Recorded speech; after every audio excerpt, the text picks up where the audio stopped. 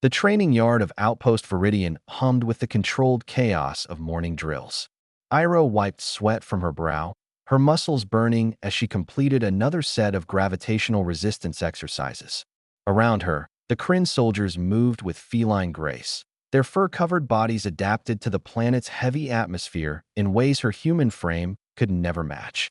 She was the only human on this remote outpost, embedded with the Kryn Defense Corps as part of the Galactic Coalition's cross-species training initiative.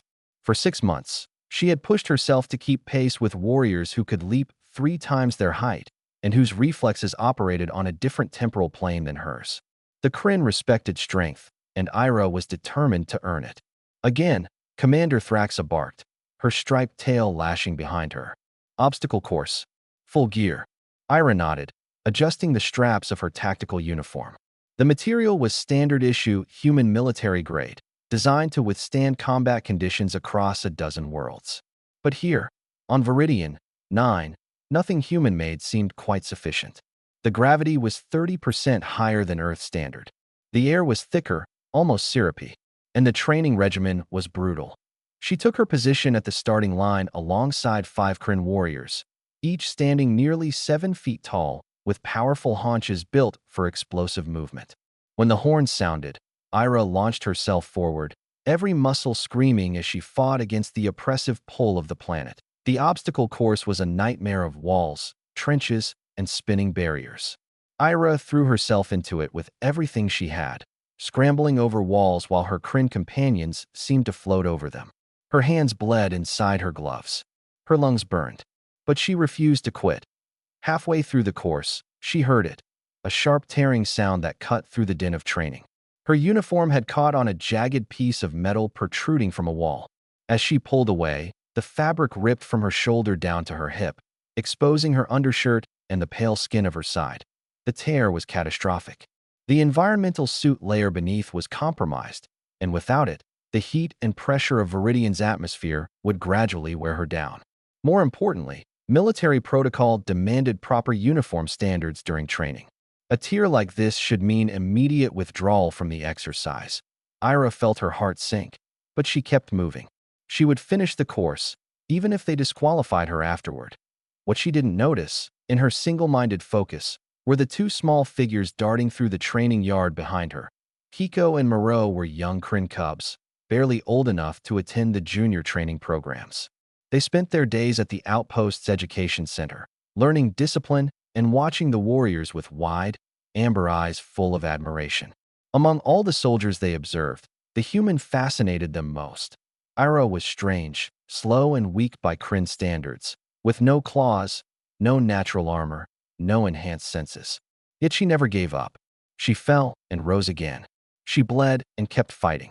The cubs had watched her for months, seeing something in her stubborn persistence that their own kind took for granted in themselves. When they saw her uniform tear, they didn't hesitate. Moreau, the smaller of the 2, tugged on his sister's arm.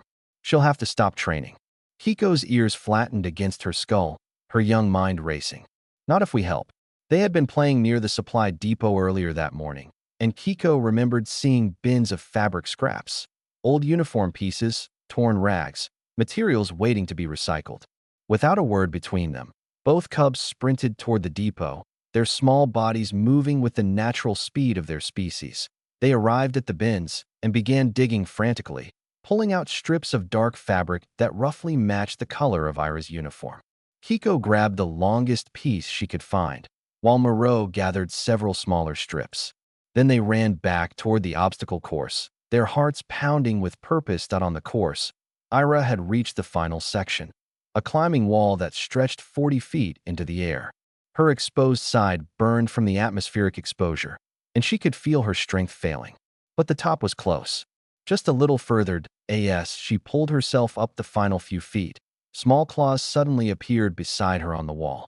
Ira glanced over in surprise to see Kiko scrambling up with impressive agility, a long strip of dark fabric clutched in her mouth. "Kiko, what are you?" The cub reached Ira's level and carefully, with the solemnity of a warrior performing a sacred duty, began draping the fabric over the torn section of the uniform. Her small paws worked quickly, tucking and wrapping the material to cover the gap as best she could. Below, Moreau had climbed halfway up the wall and was passing another fabric strip up to his sister. Together, the cubs worked to patch the human's uniform, their young faces set with determination. "You shouldn't be here," Ira said softly, even as gratitude welled in her chest. "It's dangerous." Hiko's amber eyes met hers, and in that moment, Ira saw something profound in the cub's gaze. Not pity, but recognition. Respect. "Warriors help warriors," Hiko said simply, her voice high and clear. It was one of the first tenets taught to Kryn cubs, a fundamental principle of their culture. Moreau added his piece to the patchwork covering, and then both cubs descended the wall with the same rapid grace they'd used to climb it. They disappeared into the training yard before any of the instructors noticed their presence. Ira reached the top of the wall moments later, the fabric strips fluttering against her side like makeshift armor. She could feel their warmth, still carrying the heat from the cubs' small bodies. When she descended and crossed the finish line, she was the last to complete the course, but she completed it. Commander Thraxa approached, her keen eyes immediately noticing the patchwork covering. "What is this?" "Improvised field repair, Commander," Ira said, standing at attention despite her exhaustion. Thraxa examined the fabric strips, her whiskers twitching. She was no fool. She could see these were not military patches, and the small claw marks on the fabric told their own story. The commander's tail swished once, twice, and then she nodded. "Adaptability is a warrior's greatest asset," Thraxa said. Dismissed. That evening, Ira found Kiko and Moreau at the education center. The cubs were sitting together, their homework forgotten, clearly waiting to see if they would face punishment for their actions. Ira knelt before them, bringing herself to their eye level. She reached into her pocket and pulled out two small patches, human military commendation badges she'd carried from Earth. They were simple things, meant for children or civilians who showed exceptional support for service members. She pinned one to each cub's chest. "In human culture," she said quietly, "we have a saying, no one fights alone. You two embodied that today. You saw a need and met it, even though it wasn't your responsibility and even though it put you in potential danger. That's the mark of true warriors." Hiko touched the patch with one small paw, her eyes shining. Moreau puffed his chest out proudly. From that day forward, a new tradition began at Outpost Viridian. Whenever a soldier's equipment failed during training, human, Kryn, or otherwise, fabric strips appeared mysteriously, carried by small helpers who understood that the strength of a unit was measured not just in individual prowess, but in the bonds that held them together, and Ira never trained alone again. She had become, in the eyes of the Kryn, something rare and precious, a warrior who inspired even the youngest among them to embody the values they all aspired to live by. The uniform tear had revealed more than skin. It had revealed character, courage, and the universal language of compassion that transcends species to in the end. That was the most human thing of all.